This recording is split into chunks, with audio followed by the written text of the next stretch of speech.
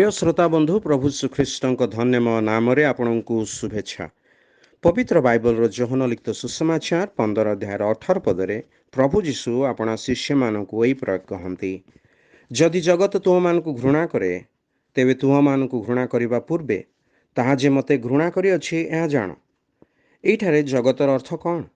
जो लोक मैंने ईश्वर अनुग्रह दूरे जाइछन्ति यह सेमानंकु अर्थ करे। सेमानक परि मंद अभिलाष चलवा लोकंकु एई जगत भल पाए, अर्थात जो मैंने शारीरिक अभिलाष, चक्षुर अभिलाष और लौकिक गर्व को प्राथमिकता दियंती। एई कारणरु ही जगत ईश्वर प्रेम को और ईश्वर अनुग्रह को घृणा करे। सेमाने निजर सृष्टिकर्ता प्रभु श्रीख्रीष्ट को मध्य घृणा करती।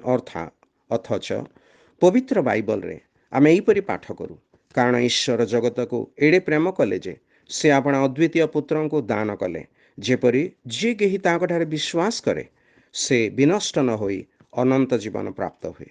जी केही प्रभु श्रीकृष्ण ठारे विश्वास करे से परित्राण प्राप्त हुए।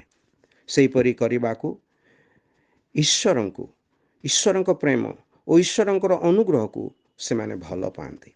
एई जगत से मानकु भल पाए जो माने प्रभु श्रीकृष्ण को घृणा करती। तेबे आपण केउटा को प्राथमिकता देबे? ईश्वर को प्रेम करिबा नतुबा जगत को प्रेम करिबा? धन्यवाद।